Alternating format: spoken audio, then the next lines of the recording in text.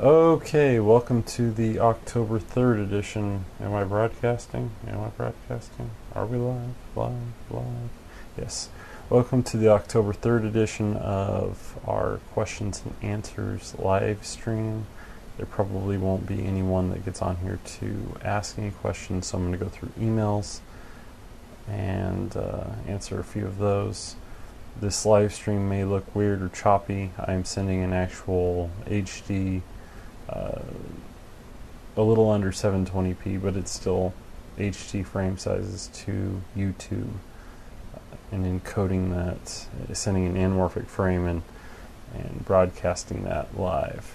And I did this earlier for 6 minutes, and I believe it was the first time it's ever been done or attempted to broadcast anamorphic live. So we're going to find out if anyone joins us live, if we can tweak some of the settings and make it work even better, or maybe it won't work at all.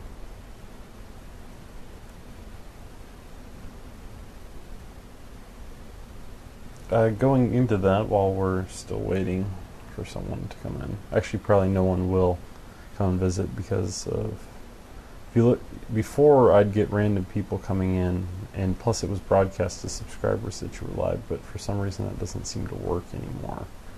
So the YouTube live spec calls for a 360p live stream encode, and you send that with Flash Media Encoder. So I'm sending, and they call for a 700 kilobit stream. I'm sending double that. Whether or not, I doubt if you watch this live that you'll get any other options but 360p. I don't know if that would just be, even though they put that there, I'm not sure the actual resolution that they broadcast to you. From my last 6-minute test, there was a lot of blockiness or choppiness when lights came on full screen. Maybe this won't work at all. Well, I see myself and it looks okay, but I've got my full-time, real-time anamorphic flare this time. Should add more of these around, like in different spots. Get one of those wicked lasers, shine it in there, and I can wear the safety goggles the full time, burning the CCD. Okay, so let's find some questions to answer. Maybe.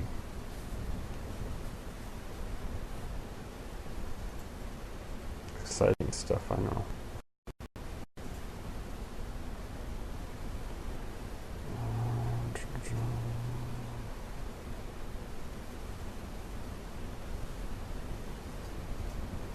Oh, MP4 podcast about the Sony Alpha 77 ghosting problems.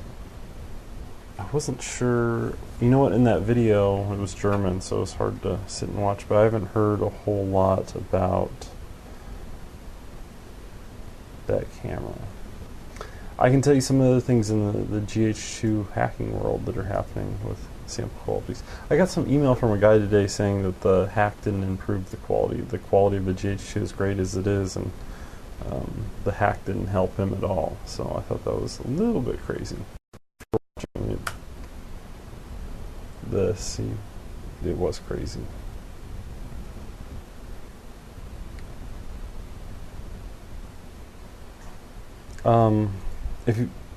It's kind of hard to follow all the things that are going on right now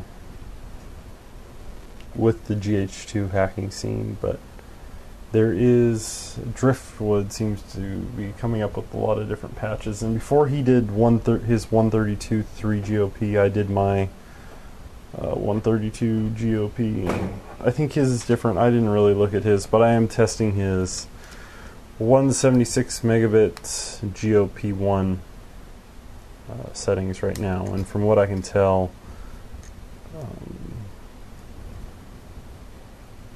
it looks pretty nice. I've been testing in super low light conditions, really boring stuff like this. looks great, me showing you something on another little tiny screen that's out of focus. I'm sure you can tell how great that is, especially since this is probably all choppy.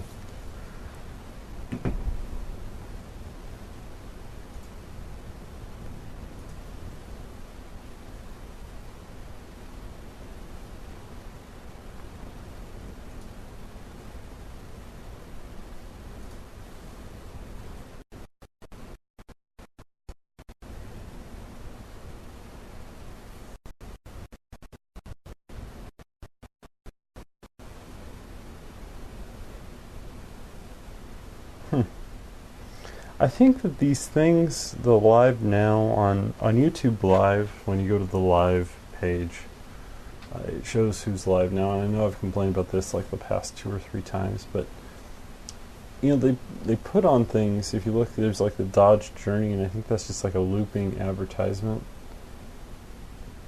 And you know what? I don't really need the keyboard right now. But they put on like the silly Dodge thing all the time, and Al Jazeera is always going.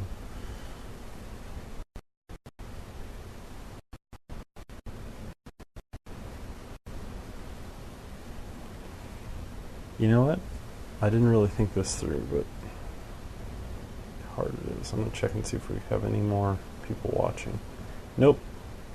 I'm not sure that we're gonna get any more people watching, to be honest. You know what's weird here is that I'm looking now, and from looking on the live stream, I'm way underexposed. Now, I'm definitely not underexposed, but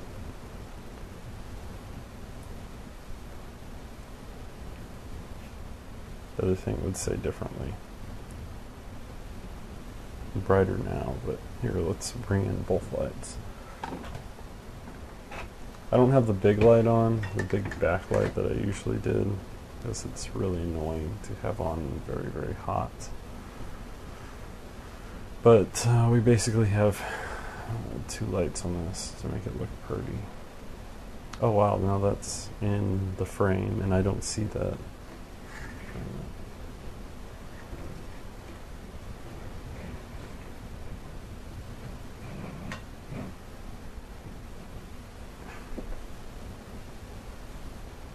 We got to make sure that we keep our other thing too. Actually, what you're seeing is a stupid diffusion coming off that thing. Oh well, it's pretty.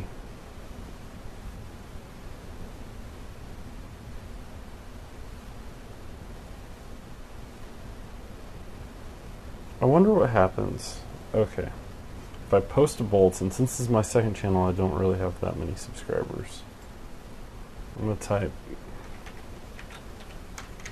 live now.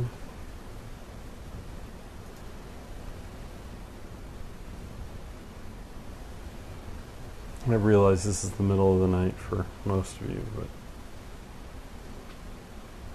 I'm sure there's a few neckbeards out there that this is your hour to shine.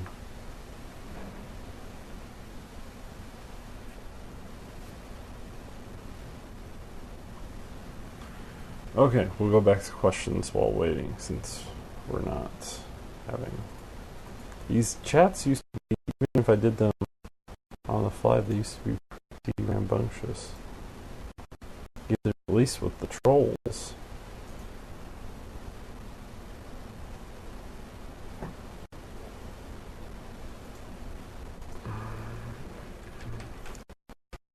We gotta wait 1 month from now to hear the big Canon news and the Red news, so I don't have anything on that right at the moment. But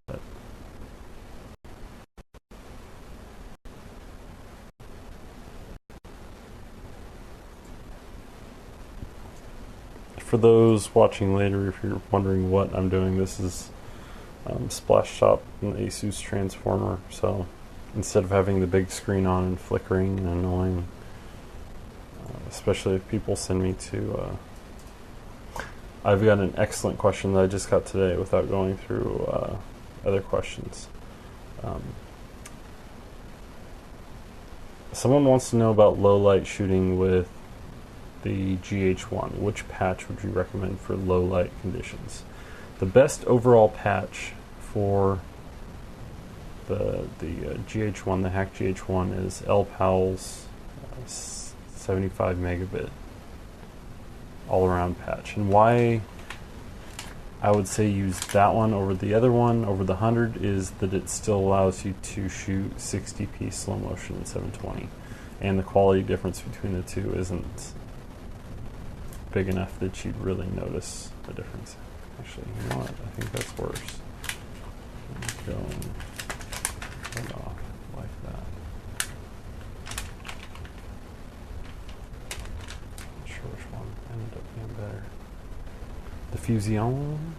Anyway, I would recommend that, and get yourself a copy of Neat Video. Oh, big news. Magic Bullet 11.1. Friday, October 7th. Okay. Thinking. In Vegas Pro 10, and you know I use that for little short projects and stuff on YouTube just because it's easy and quick. Anyway, now it's much better. Vegas Pro 10 is compatible with the latest Magic Bullet Suite 11.1, and it works really well. So now within Vegas Pro 10 you can use Twixtor, Neat Video, and Magic Bullet. So with those three things, you're really not going to need a whole lot of other things for enhancing the sound quality of your video. I'm saying a lot. It's annoying me. I probably shouldn't load this up while I'm trying to live stream. I'm going to end up causing a problem. Doesn't matter because nobody's watching anyway. Where are you peoples? I guess I could post on there. This video really looks underexposed from... I don't know. I'll show you. You tell me.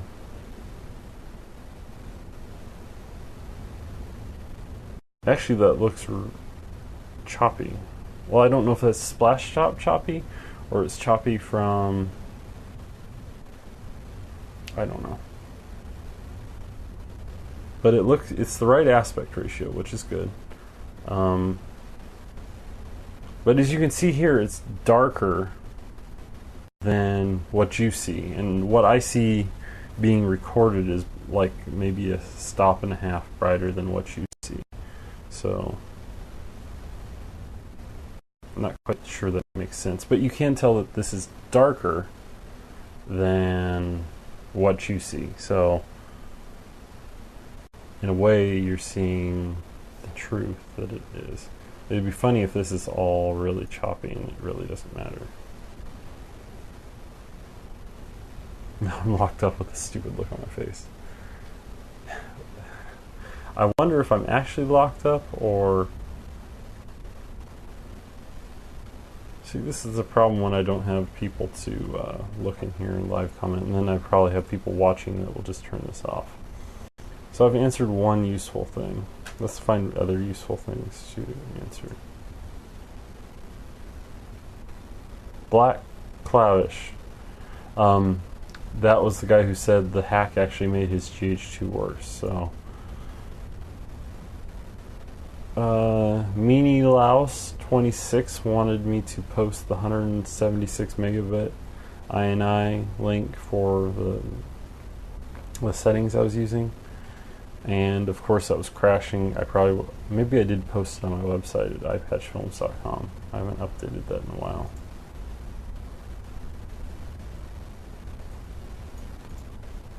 Oh, back then MP4 Podcast asked about, does AVC HD have a maximum limit on it? I'm not sure that it does. Well, there's limits set on it as far as the AVC HD standard, but the limit that you run into is being able to write to the card. So that's why having a faster card is better. and with the next generation of cameras coming out, they'll probably have UH1 support, native UHI or UH1. They'll probably be able to write even quicker.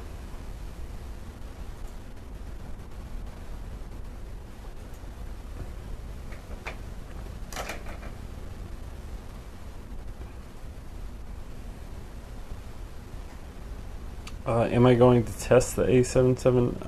I might, but it's not a camera that I want to buy for myself. I'd rather buy something else. So if I get one to borrow from like B&H, then I'll definitely use it.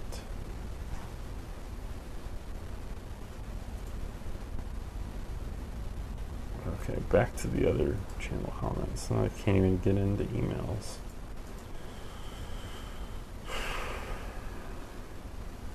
When was the last time I went live?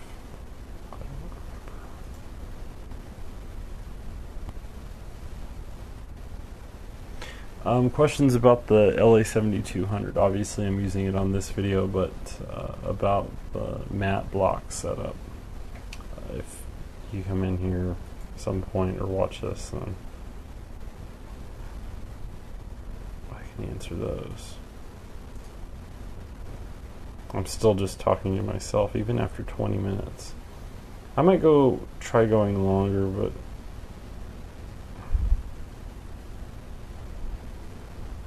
I'm not sure. I don't have to worry about people unsubscribing me not that subscribers probably really matter in the long run, but I don't like being unsubscribed from. I had people complaining about these types of things in the past where I was just talking to the camera and not making like films. Well, yeah, wow. I had like a bunch of people unsubscribe yesterday because I did that other upload on my other channel. I know y'all won't do that to me on this channel.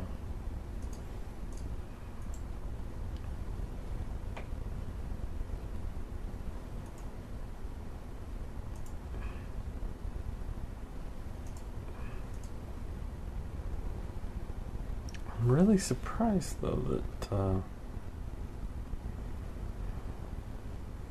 I think I've showed this before in other live streams using the performance is even a little bit better now. No, I think I just did videos of this, of how to use Android for stuff, but as you see, this is real time. The performance is actually pretty good. Well, I don't know. If this is choppy, then it's not going to look that great, but let me show you what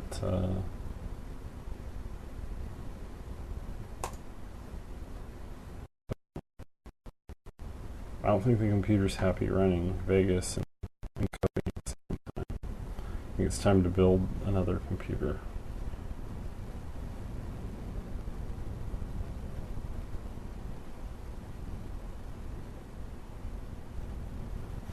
Oh wow, my real-time output of frames per second is dropping a whole lot. Interesting. This may be really choppy and unwatchable, but it's all over the place right now. Let me check one thing.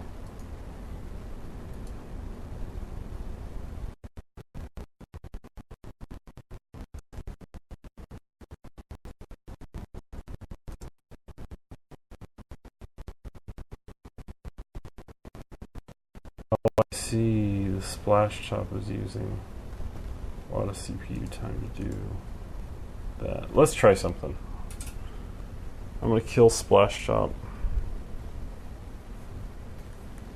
Go back to the other screen. Let's try something. Now, kill the audio. And we're still dropping a bunch of frames. Okay, what I'm doing here is, wow, it's probably really freaking out right now.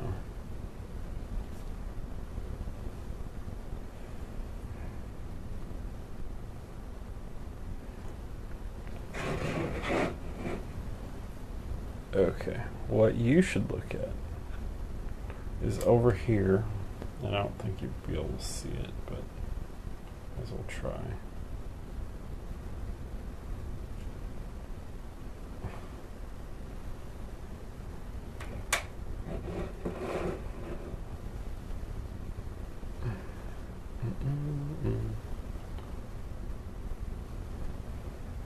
Solid. Now we have a solid 30 frames per second. So this shouldn't be choppy anymore. The problem that we were having before should be gone. But YouTube's taking of this. If you're having no, we're still dropping a bunch of frames.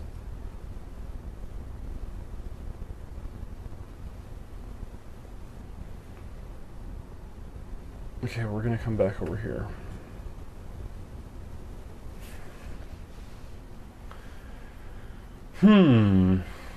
I guess this HD test thing isn't that great after all. It really doesn't like it. As you can see, we don't have a whole lot of people watching. In fact, we don't have any.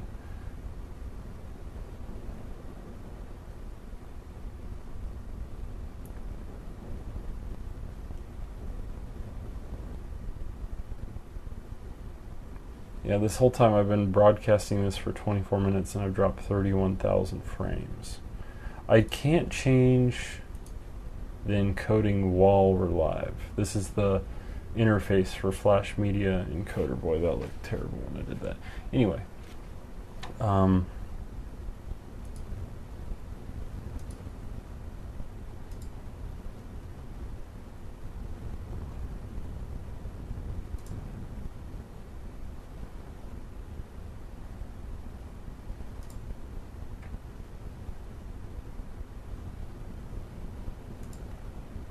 Okay, I'm going to tell it to degrade quality instead of dropping frames and see what happens instead of...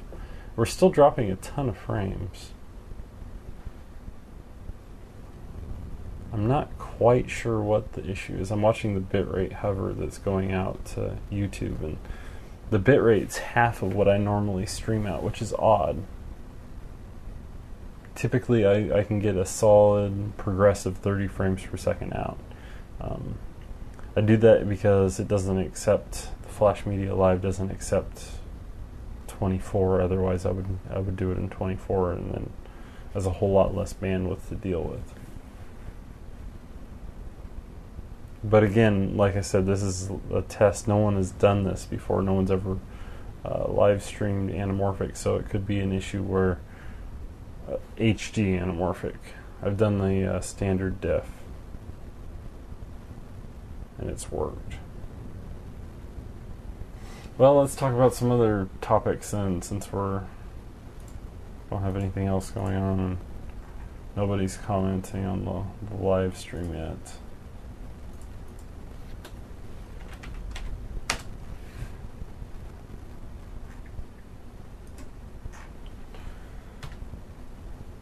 If you go to Vitality's personal-view.com, he's got more deals up for all different sorts of things, sort of like a group buy for DSLR toys and tools.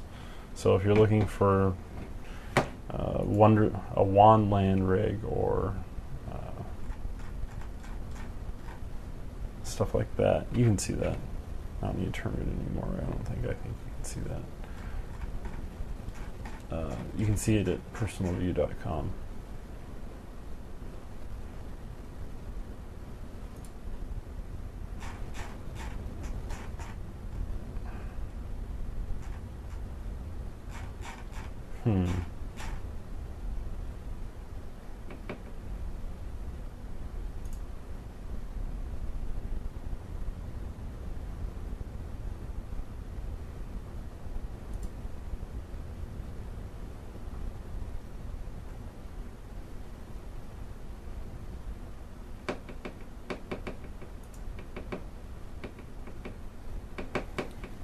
Tell you what, I can't think of anything else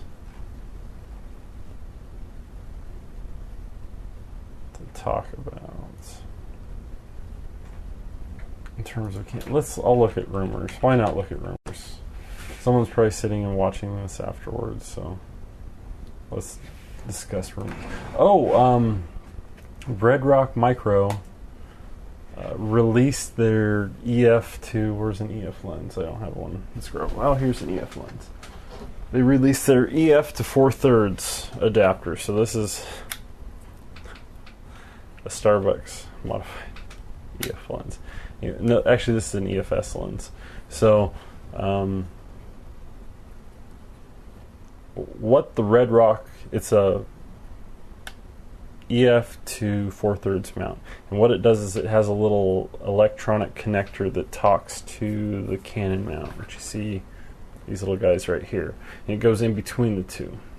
Since this, well, there's no real way to control the aperture on a lot of EF lens. This isn't an EF lens, this is a Nikon lens. I'm an idiot. Here's an EF lens. I didn't even look. EF lens right here. You've got these little guys right here that talk to the camera. Well, there's no way to adjust aperture on a different camera if you put it on there. The way people have been using these is either one that's got a mechanical iris, or they have they'll put this on like a 7D or a T3i, set the aperture, and then mount it on a dumb mount. Anyway, what the Red Rock Micro does, I think it's about $450, is it allows you to set and control the aperture external from the lens, and it goes on the adapter that goes from EOS to, or EF to 4/3. The one big thing that I wanted with it that would be like an instant sell for me would be image stabilization compatibility. Unfortunately, it doesn't have that. So because it doesn't have that, I mean, it's something I would get later on, but I don't have any reason for it at the moment, especially since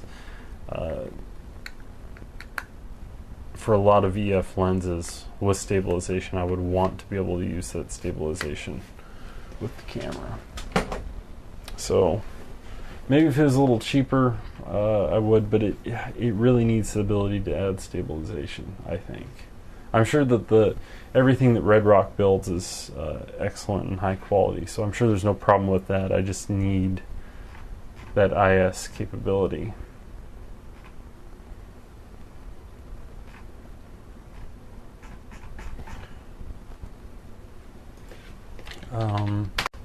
We have the X lenses coming out from Panasonic. I want to see if there's anything new on those. Well, we have the little X lenses, and they're fine. Ooh, there's a deal on the 35-100 f2. How much is that? It's refurbished though.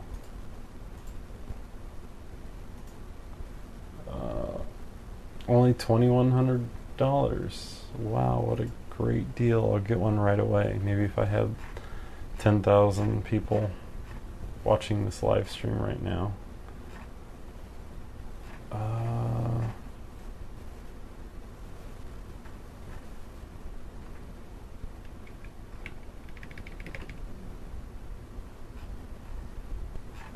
Olympus. Yeah, we don't really have.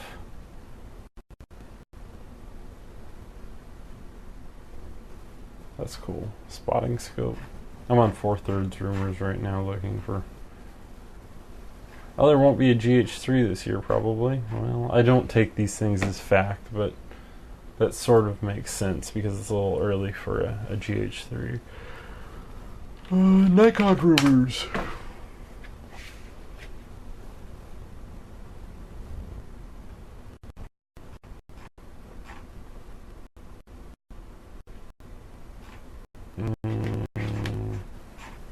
Uh-oh. Connection down. No.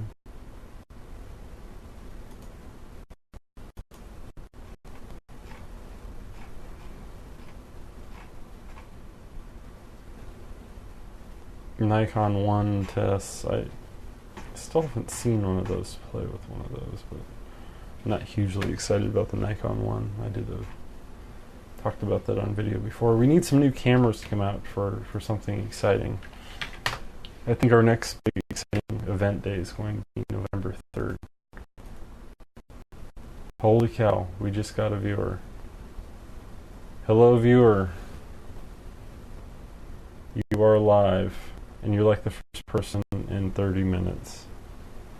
Usually we have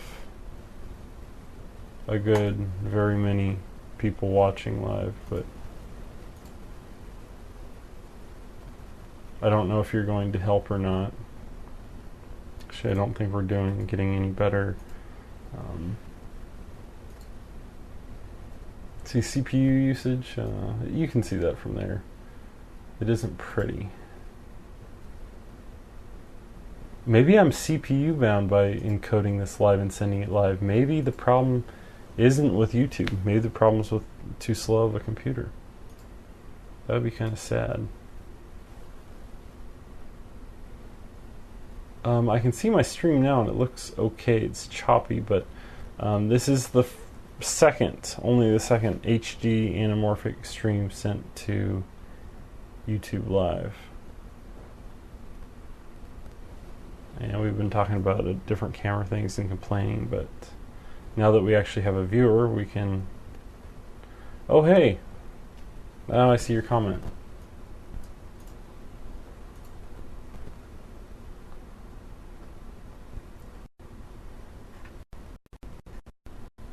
I should probably open channels, but yeah, I don't know what happened to the YouTube Live thingy. Before we'd be able to get tons of people. Okay, now I'm on the list. See this list thingy for the YouTube Live? Usually we wouldn't get YouTube Live thing listed. Maybe you have to be live for a certain amount of time before you even show up.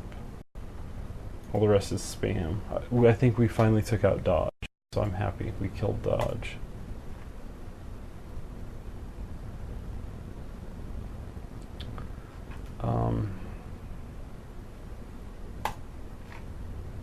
Going over things, I think another camera that was announced and released, it's kind of it's a tiny sensor camera, the HPX 250. It's the first camera in its price range. I think it's actually a little bit cheaper than, let me look it up, HPX 250. I think it's the first camera in its price range to offer a 10-bit output. And what Panasonic was saying before is that it's this guy right here, if you can see it. It's sort of AF100-ish looking, but it's got a small sensor. Anyway,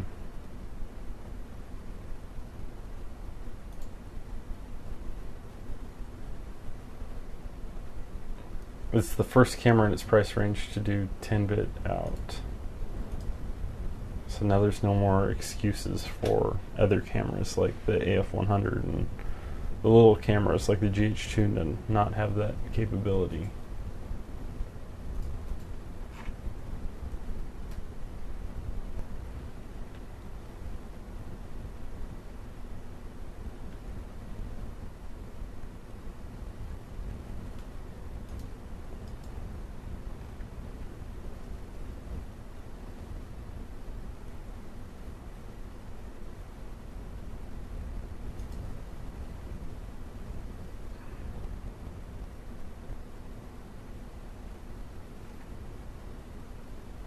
Trying to find something else that's new.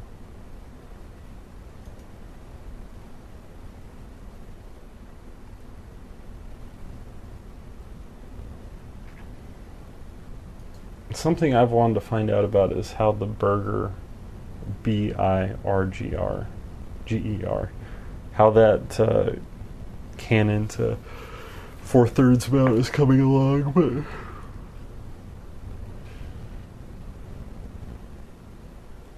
I haven't seen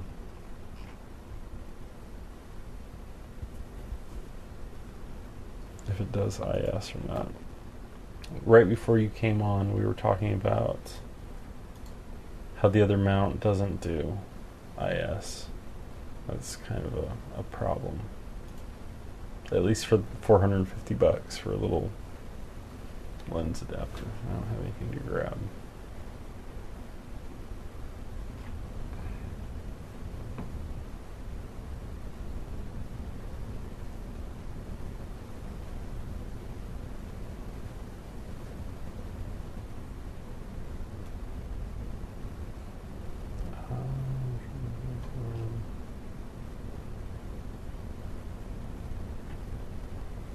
Doesn't look like there's anything.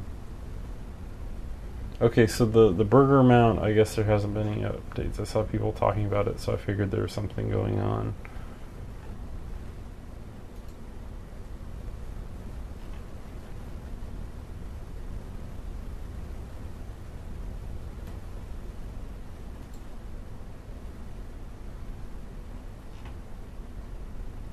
Some of the people that have that have been having connectivity problems with their particular lenses, which makes sense because I doubt Burger has been able to test all different kinds of lenses with it.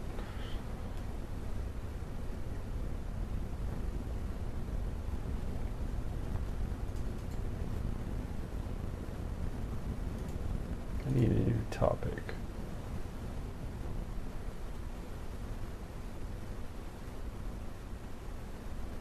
And we lost our one viewer. Okay, so it's been 40 minutes.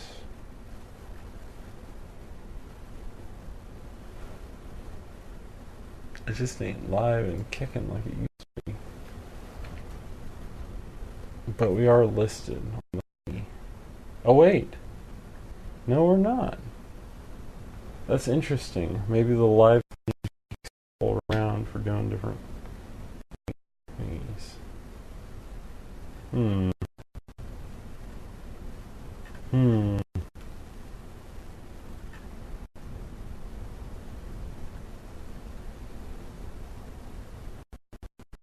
So we'll call this our second test of doing HD Live. I'm not going to call it busted yet, whether or not it works. But obviously it doesn't work quite properly because we got an issue with frame rate, which, as you can see, it's probably going to chop. Let's see if it chops. Yeah, there it goes. And that might be a CPU down thing or a GPU. Well, I don't think it would be that, but anyway, we dropped a bunch of frames per second all over the place.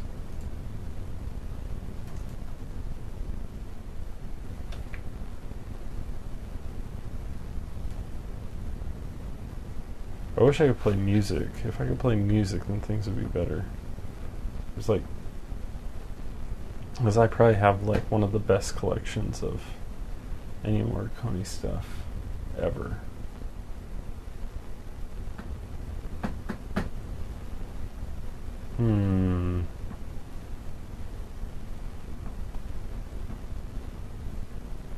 I don't really want to get in emails again either.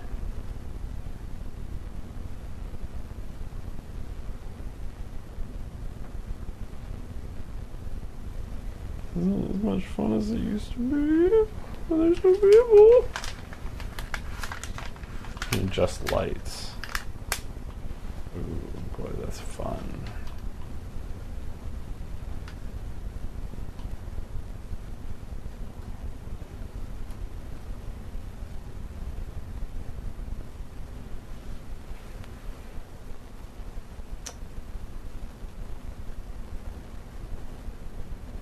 Be something interesting.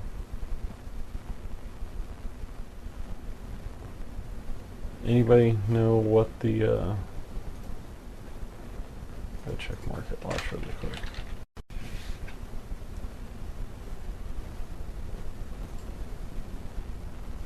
Okay, the stocks, the Asian stocks are coming back up. No? Yes?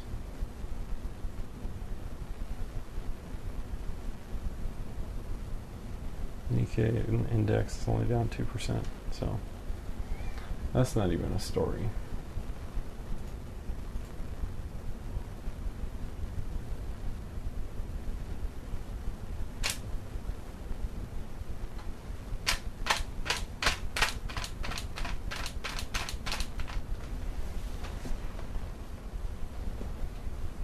Where did it go?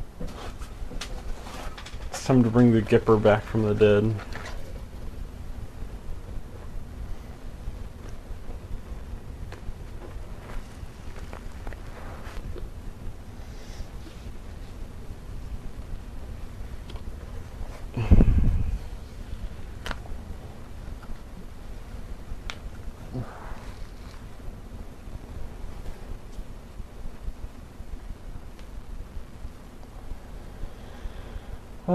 Can you list some of the...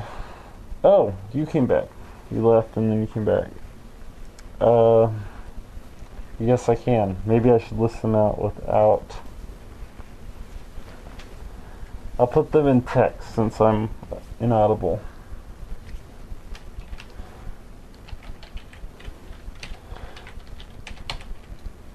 Canon rumors? Nikon rumors?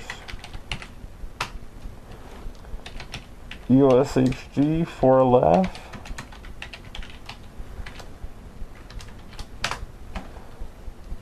Well, sometimes he's got good stuff. Yes, I'm sure you're taking me seriously with this. For third rumors,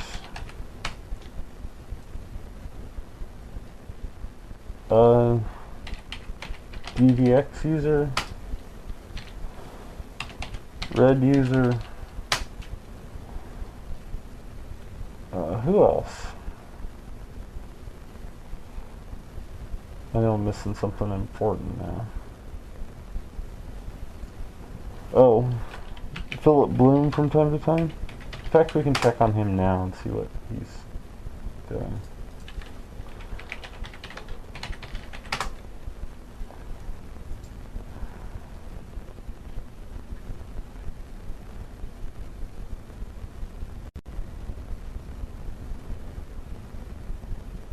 Not a whole lot of stuff.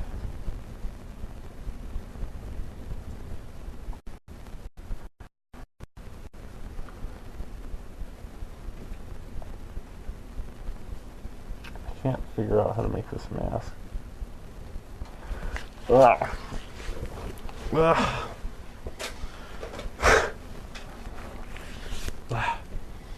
It's itchy.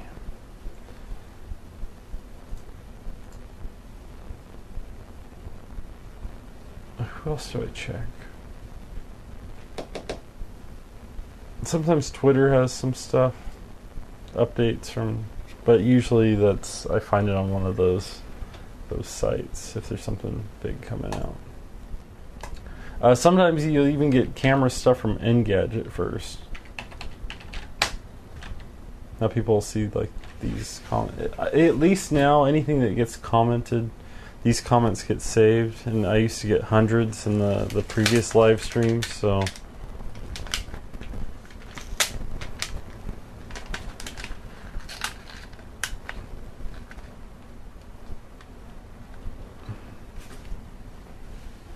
when people ask, they can find out. eBay too. If you're looking for lens in particular, checking every day, you might find a good deal for stuff that I'm always looking for is like the LA7200. What's the current price?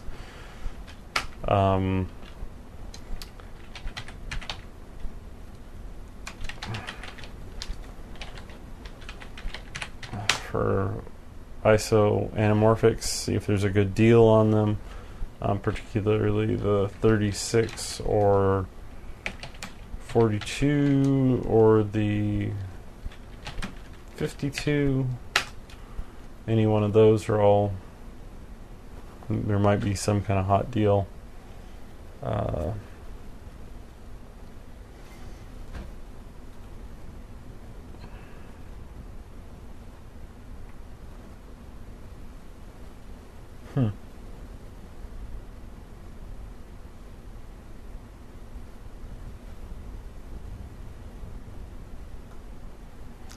I don't know. Right now, the biggest rumor I'm trying to find out, and Philip has it on here, what's going to happen on November 3rd?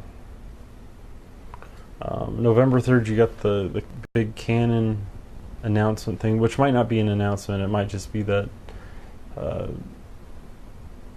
short film compilation event, and you have the what's the other thing? Red's big. Apparently, right after the Red announcement, you're going to be able to order Scarlet. Now, what is Scarlet currently? Is Scarlet going to be a still the 16mm size 2/3 chip with a fixed lens, or is it going to have no lens, or is there going to be different options for the Scarlet with a large sensor, bigger sensor? Anyway, that's why I would check Red user too. I'm watching myself in 3 different time frames, and it's about as confusing as a convoluted episode of Star Trek or something.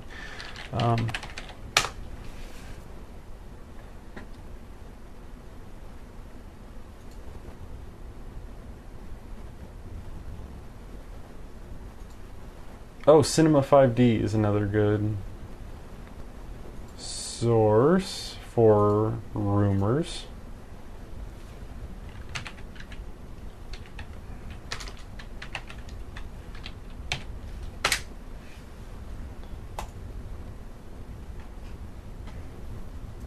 What do they say?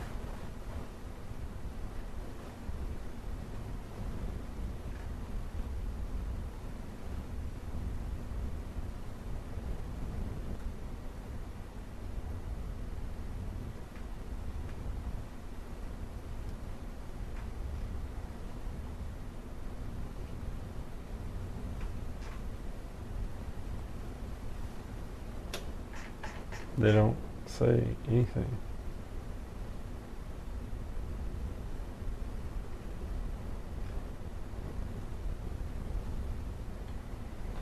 So, all we know is that it's going to be able to be ordered, and some of them will be delivered by the end of the year. So that means that the things are finished. There's at least a few finished.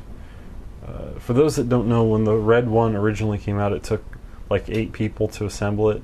Now they can do an epic build in a very short amount of time in comparison with like one person due to their factories. So hopefully that means that the prices are going to be lower because they can offer it for all these people are just pulling ideas out of their hats or somewhere lower. I'm not going to buy Scarlet if it's a 2/3 sensor. That's just, well, I don't really have a use for it.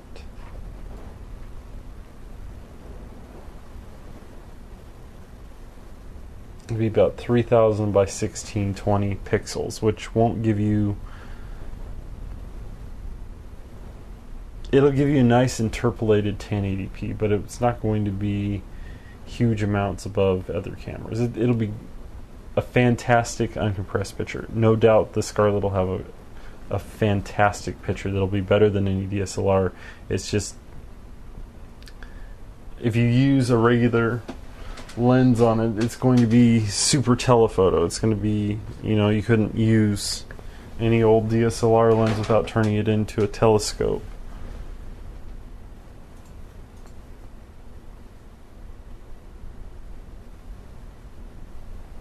What do I think Canon will announce on November 3rd? I'm not sure that Canon's going to actually announce a camera on that date. I hope they do. I think it might just be their event that's going on. I hope they announce since they have the EOS sign on their little thing, I hope they announce or show footage from like the Mark III. Or maybe they'll have their own little camera that's a competitor to the AF100. So if they are going to announce something, it'll either be the 5D Mark III, because you're still at least another half year away from a 7D Mark II. So the closest thing right now would be a 5D Mark III. Whether or not that's real, I don't know. I would say the chances are about equal, though, for a Canon actual camera with a Super 35 size sensor and it costs somewhere from $4,000 to $6,000. Something that's like the Sony camera FS100 or the AF100.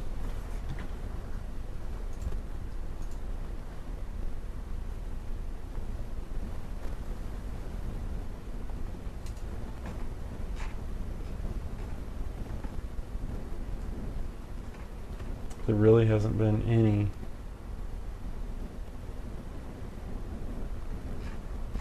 useful news. If it's the 5D Mark III, I'll get one on launch day, or as soon as they're available, but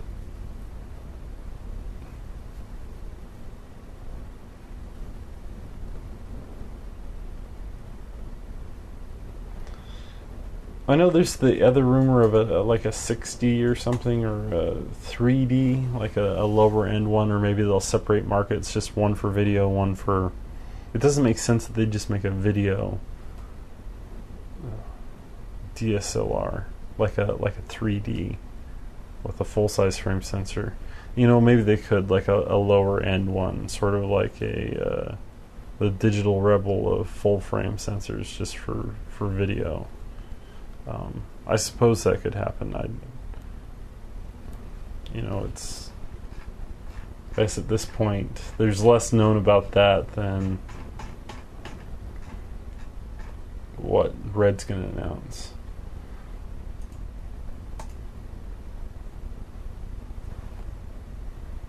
The 7D Mark II will be full frame. I don't think that will be full frame. I think they're going to keep the 7D as a higher speed for sports photography, and I think that's why the 7D will stay, even the Mark II will stay the same size sensor,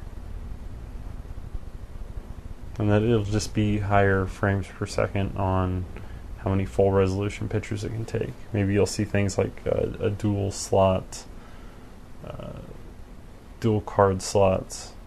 I would expect to actually see less video improvements on that than what you would see in maybe even the 5D Mark III, depending on when it comes out. Yeah, the 7D Mark II. So, but that's a long ways away. I mean, that could be next fall before you even see the 7D Mark II.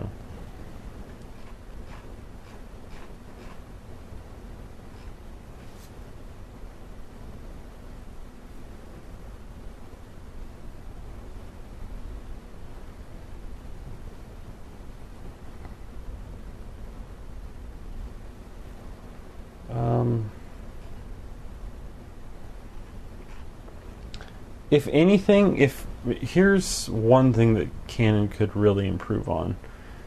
They don't need it to be an actual DSLR for video. They need it to be a DSL, because that mirror inside the Canon cameras actually makes it worse for video, because you have to worry about that thing flipping up and down, and you're wasting shutter actuations on shooting for video. So hopefully what they'll do is if they do something like if they're working on like 3 different full frame sensors, they'll split it up and then have a mirrorless 3D. Like say the 3D is got larger sensors, has better low light sensitivity, but it only is like 15 megapixels or something, but that downsampled for video would look much better, and it can do some kind of maybe a higher frame, maybe 120 frames per second at 1080p. That would be a huge hit.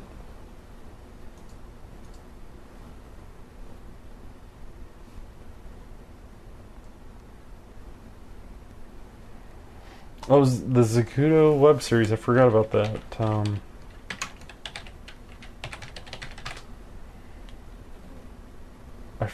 That's right, they haven't released the Camera Shootout 2011.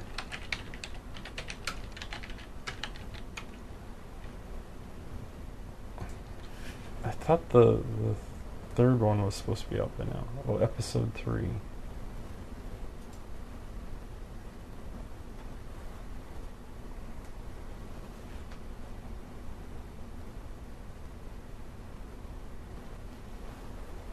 October 5th, so 2 days. 2 days, 8 hours, 58 seconds.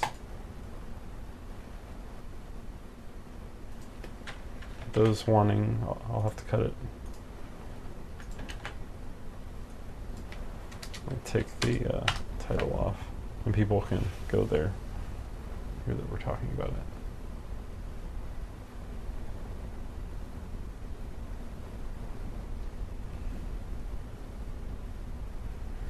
Yeah, the other thing that I haven't looked into lately is what the status update of Magic Lantern is.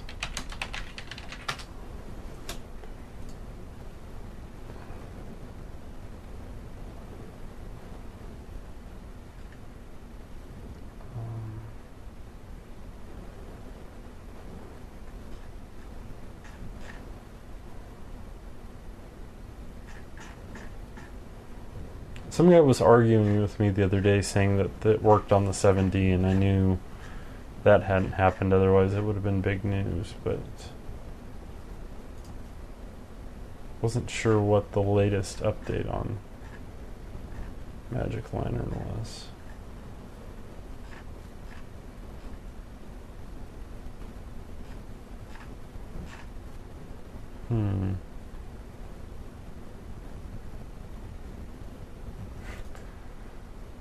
Oh, they got the 50D working. Holy cow.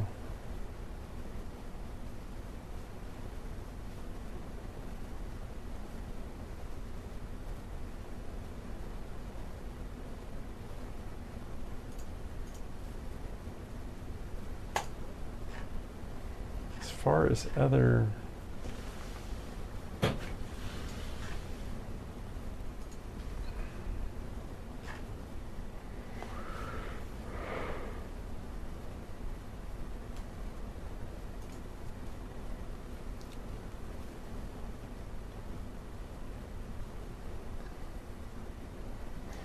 Oh, there was one cool thing on personal view, something I did want to talk about.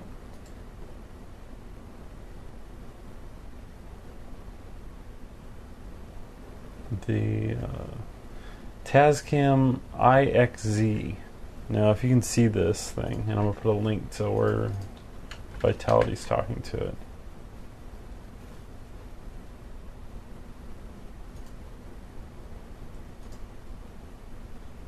Somewhere.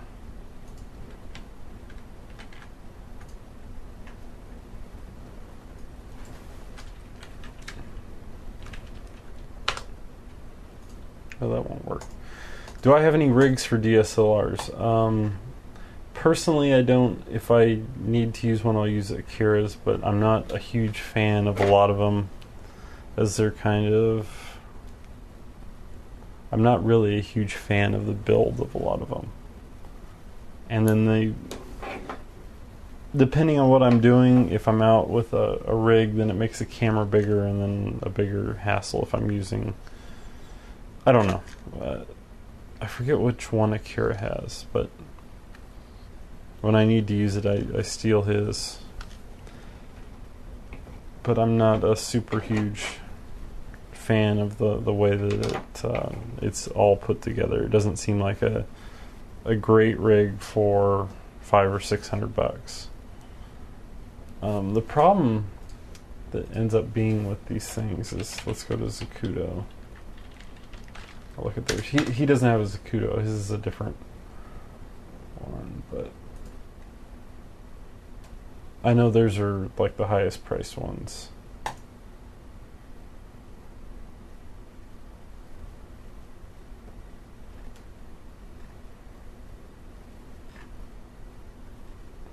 What I need is a set of grips that actually stay and hold in place without looking ridiculous, but putting it so that the, like, say whatever camera's being used, that the center of gravity is back further so that it looks like a bigger camera, and you're not just working on this axis here.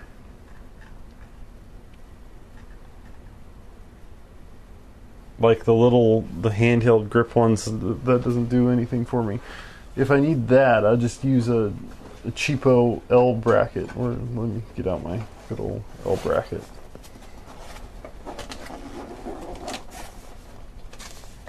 There's it. Compared to for $11 from B&H, this is a better option. Your DSLR can mount here. Compared to a lot of what you get for ridiculous prices, this will do the job perfectly fine. Obviously, if you're mounting a whole bunch of stuff on the camera for some reason, then you're going to want beefier support.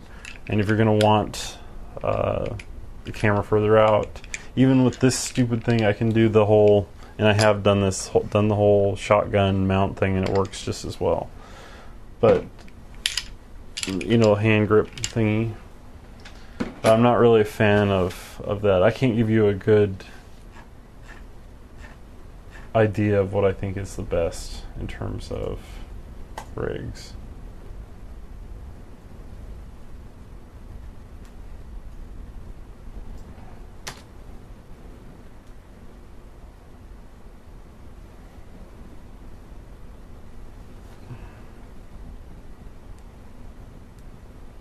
Well, stabilization depends on what you're talking about, what kind of scene is going to be shot.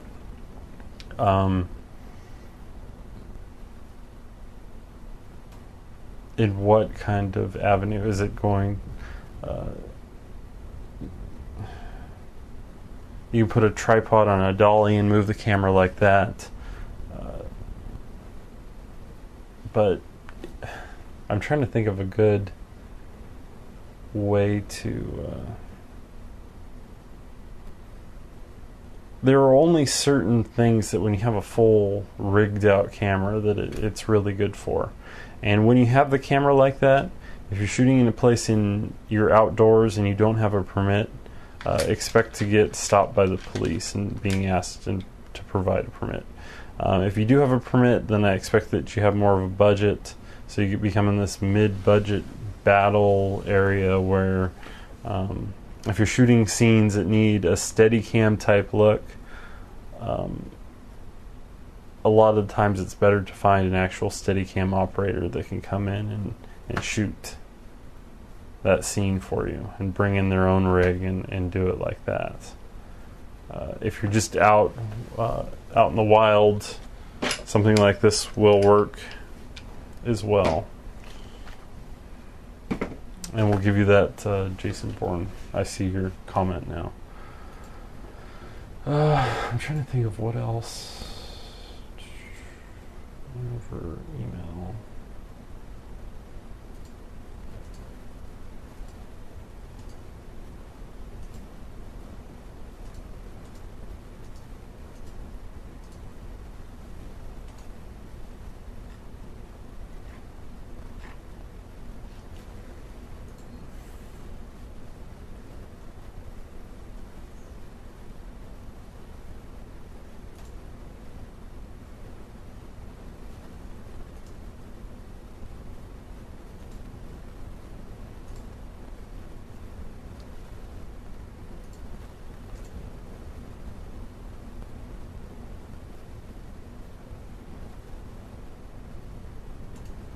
Yeah, see, I couldn't get the thing to paste in there, but yeah, the Tascam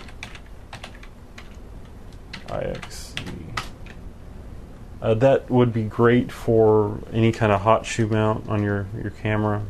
I think that it has a hot shoe mount.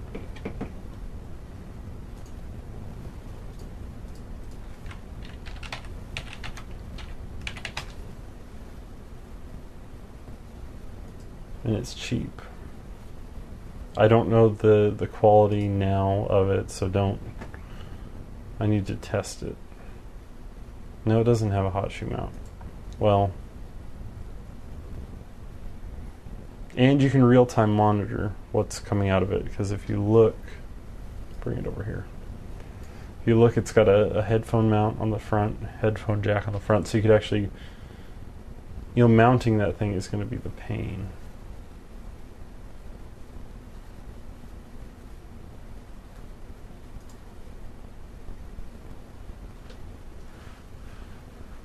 But it's got the line and mic level input levels in the dial, so if it sounds good, that could be a real useful thing for most people.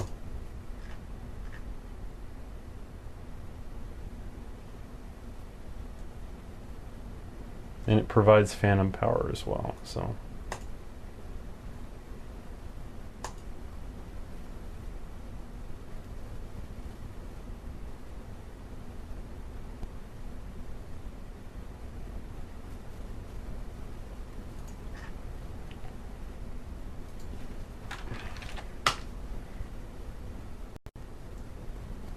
Vitality always finds some weird gear on here that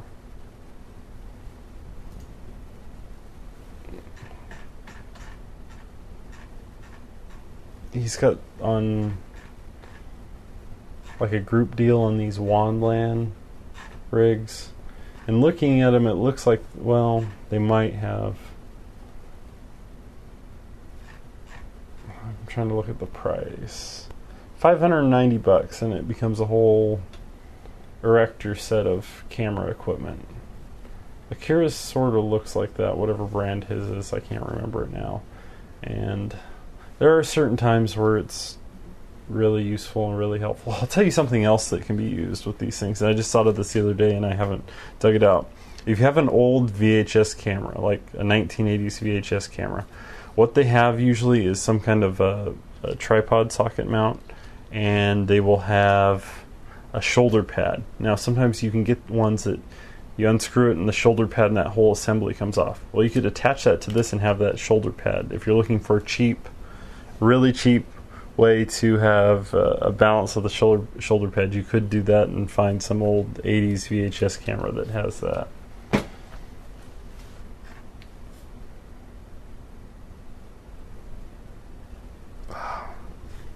Still itching from that stupid mask thing.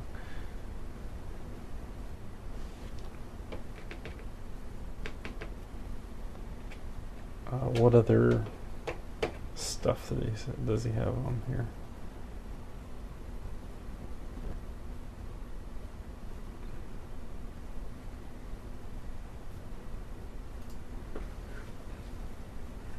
He always has some weird LED lights as well. These Chinese LED lights.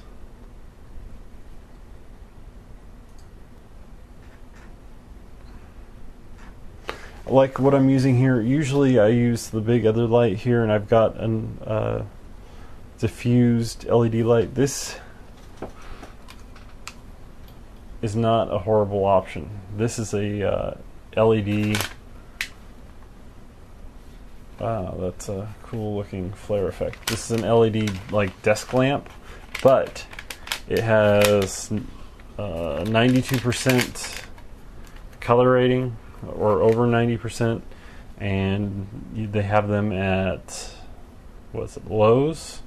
Cheap. Like, they're usually $30 some, and they're on sale for, I think, what was it, 15? And has a little neck clamp that lets you put it like this. It's powered off of AC, so you're not going to be able to take it with you, but if you're using it, you could use it for like an interview situation like this. One thing that you have to, the LEDs can have this strobing effect, and this one does have that, so using it with the DSLR or any CMOS, let's stop this thing down, hold on.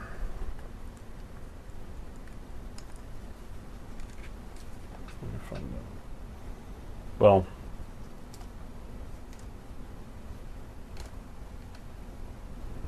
anyway, you can get these lines that run through it if the shutter speed is off, and you'll see it even at 1/60th of a second. If you're shooting with most LEDs, you're going to want to shoot at 1/60th 1/60th. Obviously, that's just, you get those scan lines that run up and down just because of the way the sensor scans. If you're using a CCD like this, you won't have that problem. But a light like this actually does a good job at being 3200 Kelvin and having a very, very high CRI for perfect color. Over here I've got 3200 Kelvin halogen, and it's much hotter and burns out. So we just got 2 new viewers. Howdy. I don't know if I'm choppy or not. I probably am choppy. I was trying to watch and monitor this. Yeah, we're dropping a lot of frames from time to time. Because I'm sending this, you probably don't have the option, but I am sending this in HD to YouTube. Hello. Yeah, I'm sending this in HD to YouTube. You probably don't have the option to select on the screen part of your screen, which is down. I can't do this because I have a delay. Anyway, you probably only have 360p to select from, but I'm sending 1280 by 550 to YouTube.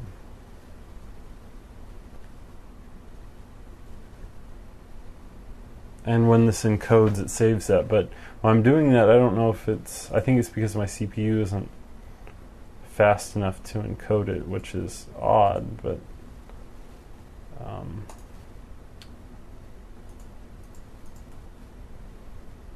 no, it's not using full.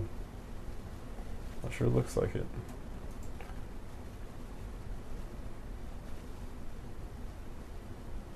Anyway.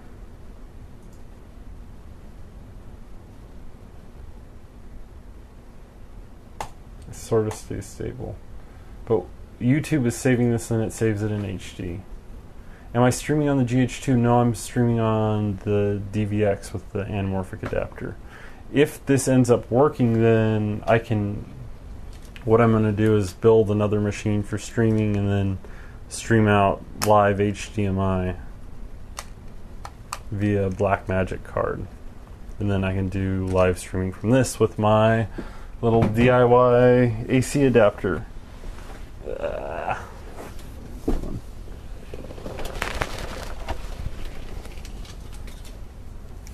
I still haven't done my video of how to build this, but am I still shining into the... Yeah, I have.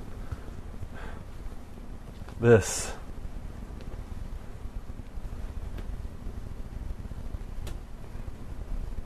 We've been streaming an hour and 16 minutes. Might as well talk about this now. This is a wood block that I cut with a Dremel and then sanded down a bit, and it's got 2 prongs in there.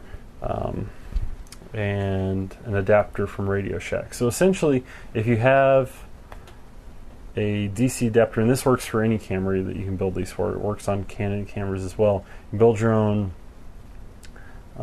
DC adapter if you have the right voltage in milliamps. For the GH2, it's 9 volts and 1500 or 1.5 amp. Anyway, yeah, 1.5 amps.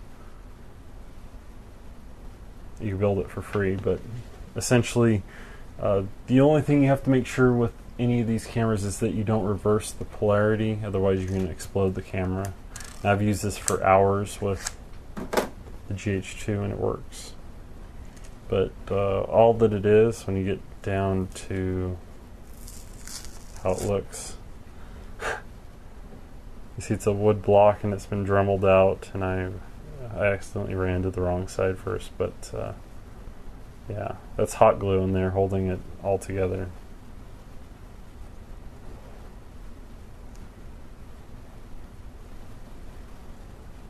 She looks pretty ghetto now. Well, it's always looked pretty ghetto, but it worked. I needed it. It worked. How can you stream live on YouTube? Well, I think I signed up for a program several months ago that allowed me into their beta program. Ooh, is that coming off?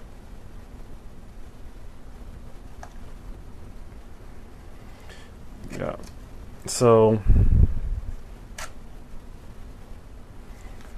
anyway, they gave me access to that. As soon as I got this thing with YouTube called CMS, there's a light version and a full version, and the full version's for content owners. And I applied for that, and I must have applied for the live streaming at the same time. Anyway, when I got the CMS, I also got the live streaming at the same time when it launched, and I can have it on 3 different channels of my own, but it's in beta, and when it comes out of beta, then they'll let more users do it. But right now, it's only for the selected beta people, and it looks like a lot of them beta people they just spam.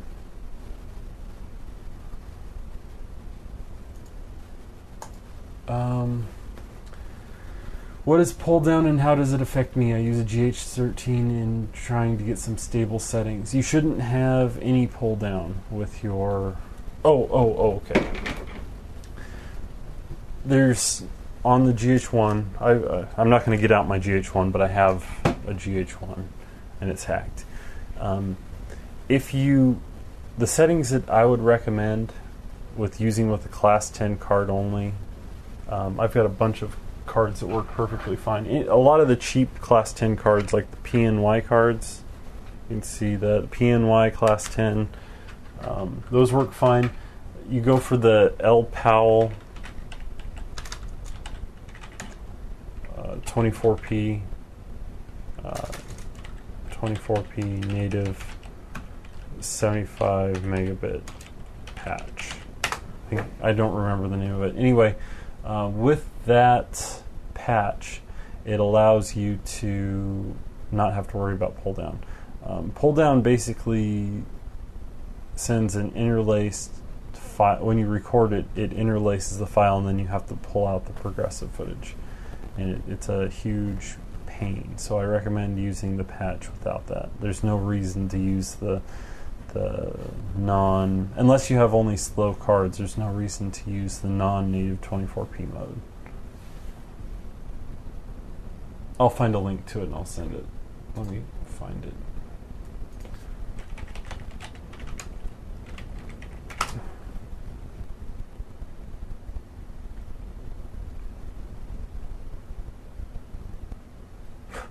I search for it and the first thing that comes up is other videos.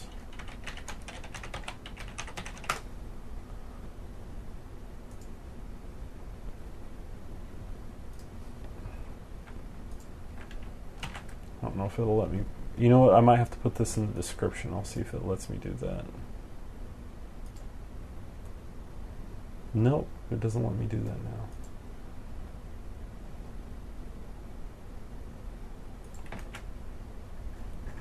Put it on here.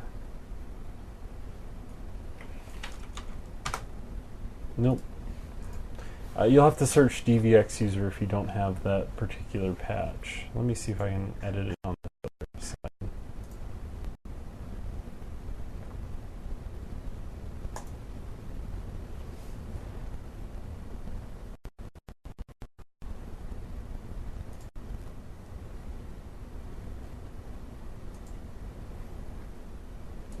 Okay, maybe it'll let me. It's probably gonna crash. Nope, it won't let me. Before I used to be able to edit these things live, but now it won't let me.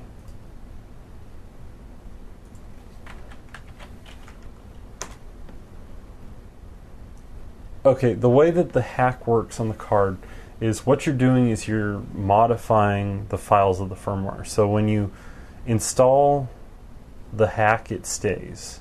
Now there hasn't been anything that I've read of people getting locked up cameras from installing the hack, but you don't have to use a special SD card for it. What you do need is you need a full battery before you do the hack, and you install it like you install any other firmware. So I don't know if I have it on this camera, but let me see. Basically all you do when you load a hack, after you've loaded the patch and save the firmware to your SD card, you put it in the camera, make sure that the camera's off. This works the same on the GH1. Camera's off, card in, door closed, turn the camera on, and then hit the green play button. And then that'll pop up with the interface asking you if you want to do the update. Make sure you don't turn off the camera while you do it.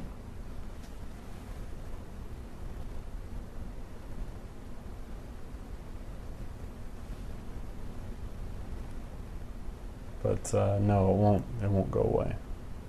If you want to return back to the old settings, you need to, well, if you check the little thing at the top, prevent version checking. Let me see if I have P-Tool open. I don't have it open right at the moment. If you check that, then you can install the old firmware back if you really wanted to, but I doubt you'll need to.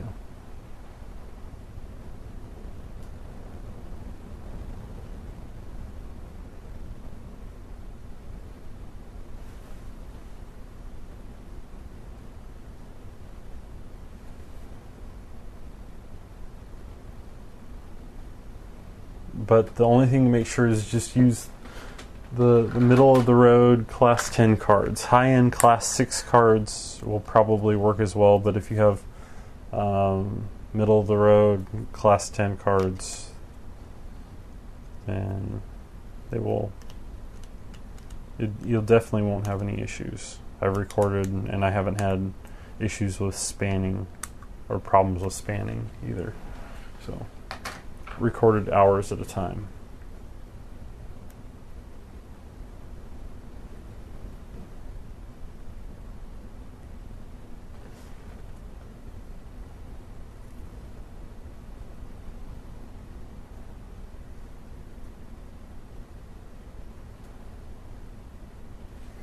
Check one other thing.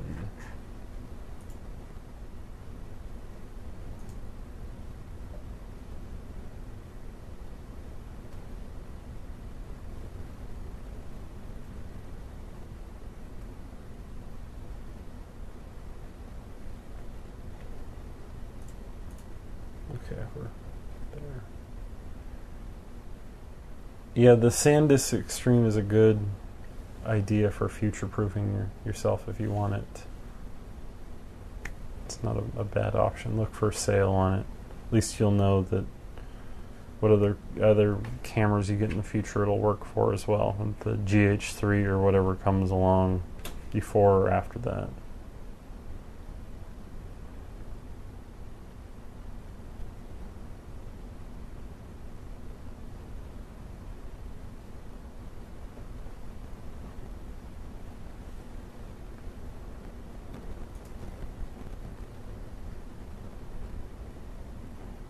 I have dropped 89,000 frames. My average frame output is 12 frames per second. That's really sad. Usually I don't drop nearly anything in these, so seeing that's pretty disconcerting. The bit rate's jumping up all over the place.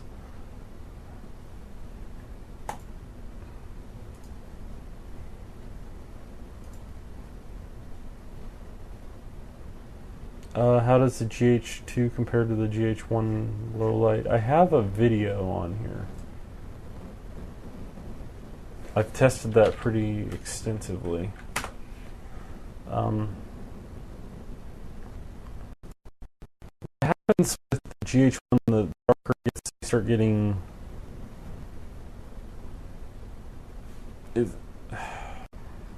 They both get ugly, but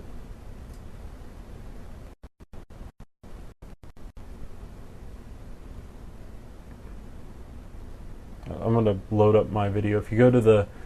I have a hacked... Here, I'll post a copy, link to it. I can explain what happens in this. I don't know if I... Oh wow, it won't let me post a YouTube video. No! Okay. I guess I do talk. Maybe I shouldn't talk.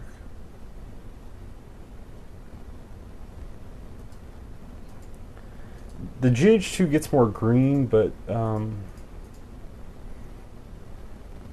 That's actually not a great comparison. I have another low light one that's better than that. I was thinking that was a good comparison, but now that I look at it while I'm doing it, it's not. I have another one somewhere. Yeah, when I did the 70 GH2 and GH1 all together, that's a better video for looking at the differences, what happens in low light. One thing that you're going to need that will, if you have a GH1 right now and you have a copy of Neat Video, Neat Video is a post-processing program that'll work in a lot of different nonlinear editors, and it clears up noise. If you have that in a GH1, you'll already have a better picture than a GH2 by itself without Neat Video. You can have it analyze the grain and noise, and you come out with actually a pretty decent picture. I think that the GH1 loses more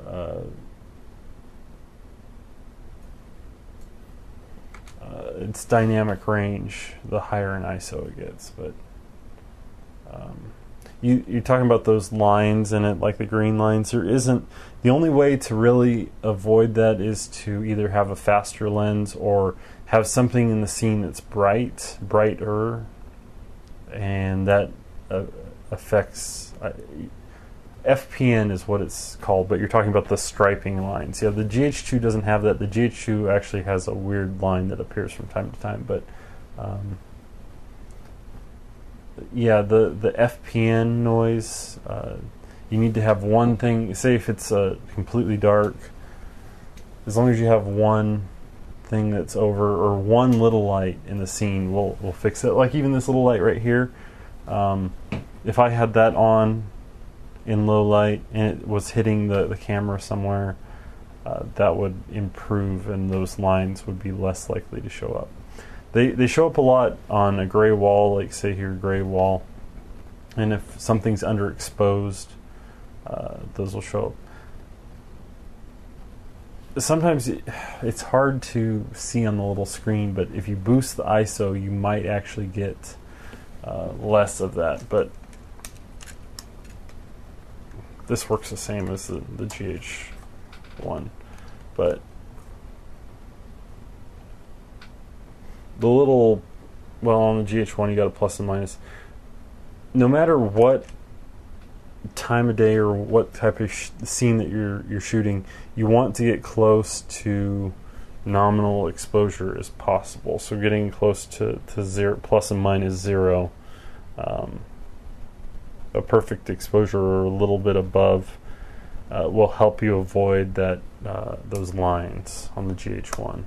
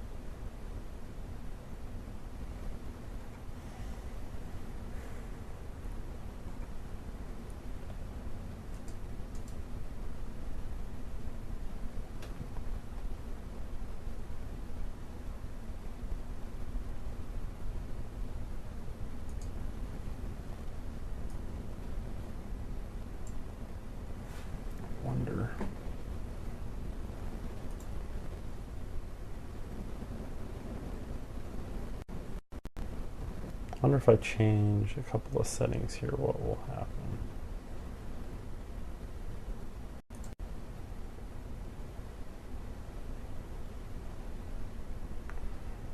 Yeah, still until the 5D Mark III comes out, or some other Canon comes out with a new video engine, the GH1 provides sharper and better video when it's hacked than any of the Canon cameras. Only exception is in low light, and I think the GH2 is can produce equal quality in low light as the 5D in a lot of cases. Definitely the 7D, it can match the 7D in low light, close to the 5D.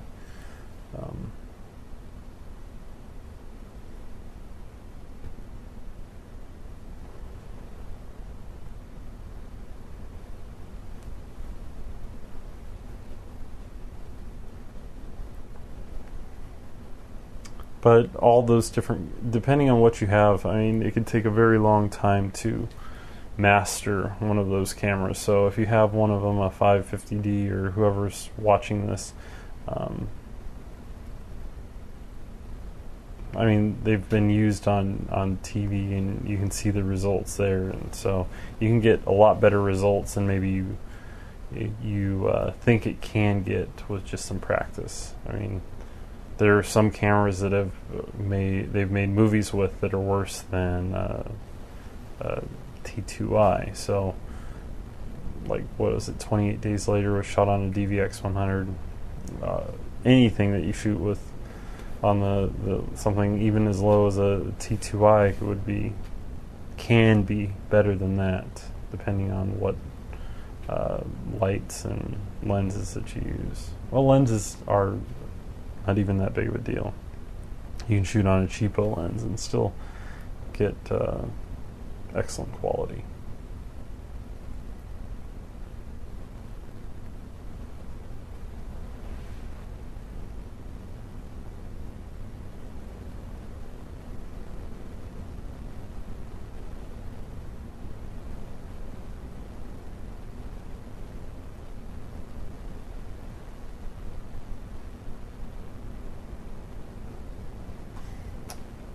What is my workflow like?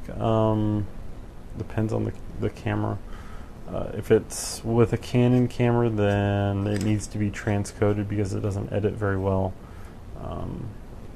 If it's Lumix camera or GH1 or GH2, that footage can be edited natively without transcoding. The only type of thing that I would do is maybe set up if I'm shooting with dual system sound, with like an H4n, I'll set up a timeline and sync the sound with pluralize, and then use that to cut from. If it's a short project, I'll do it in Vegas. Vegas actually works pretty well with most of the DSLRs, and I said this earlier, but Vegas 10, well, the latest version of Magic Bullet 11 now works with the Vegas Pro 10 64-bit, so that's a nice feature. So a lot of times now, since I can do a lot of stuff inside of Vegas alone without even having to go to After Effects, I'll just stay in Vegas. Even Twixtor works there. So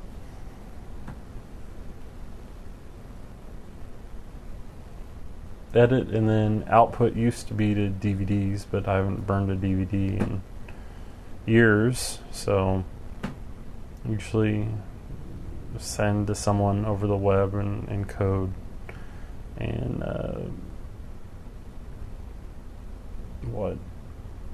MPEG-2 or another format depending on what they need or want.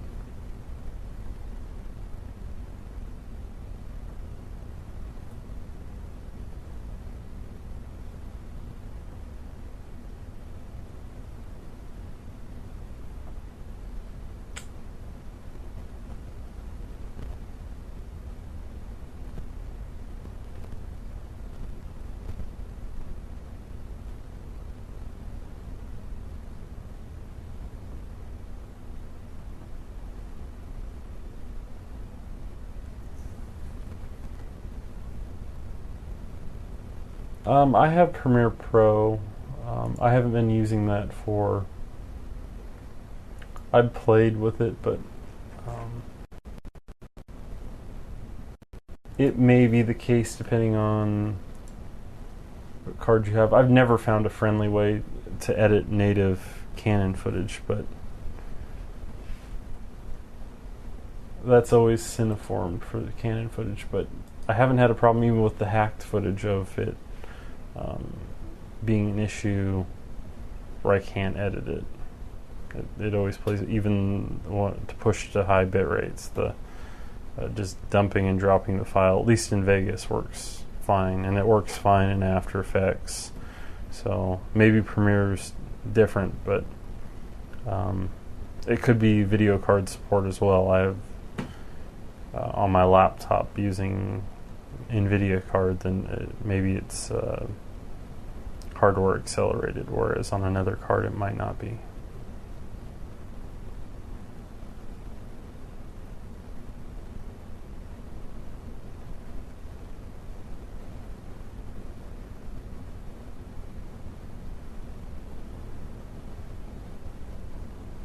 And there might have been another update that makes it work better with the Canon footage, but last time I tried that, it wasn't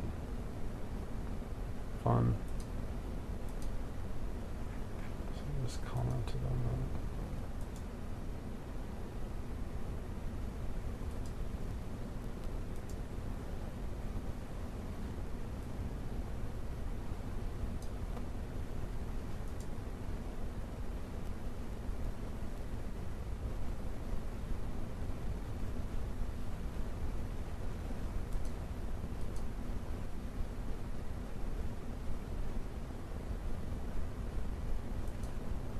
I wonder if this is stabilized now.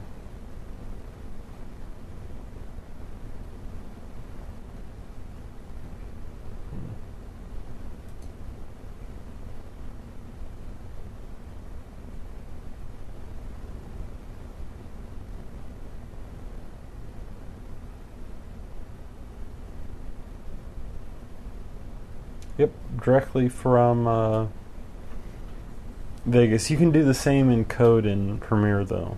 All the YouTube stuff I do now is I do it in a somewhat Blu-ray compatible MPEG-2 file, usually 30 megabits or above. Now AVC you can do more in a lower bit rate, but if I ever have to dump the file back, and I save the file and I ever have to dump back for further editing for some stupid reason, then it's easier to deal with MPEG-2 versus another format, even though the file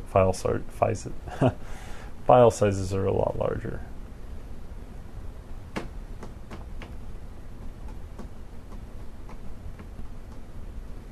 But yeah, everything for the past 8 months or so has been MPEG-2. Before that, there's some variations of MPEG-4 or even Windows Media 9 going back about a year. I guess that's VC1 in old terms, but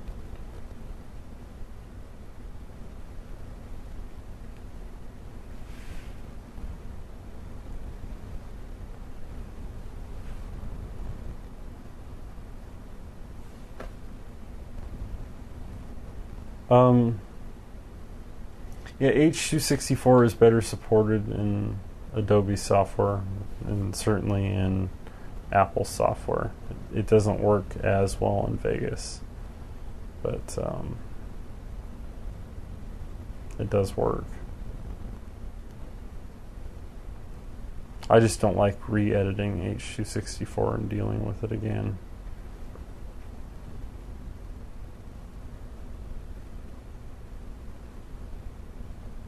But yeah, in file sizes, things get really large for the stuff that I usually upload. Let's look.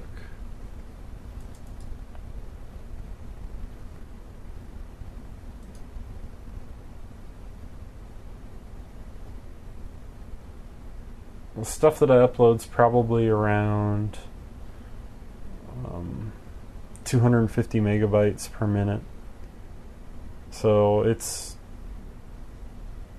almost what I would consider rendering for Blu-ray quality. I guess if you really wanted to go Blu-ray quality in MPEG-2, I would say 50 megabits or above.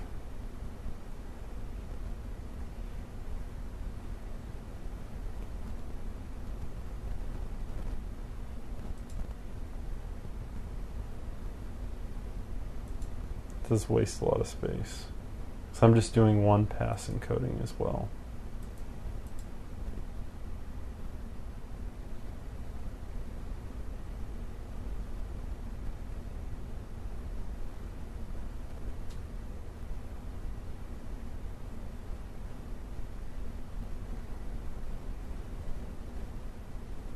Okay, you know what I'm going to do? I'm going to end this live stream and see how YouTube renders it, because I need to do some changes, obviously, because this isn't working quite as well as I hoped. I might be able to get this working smooth and sharp and in HD in the future. So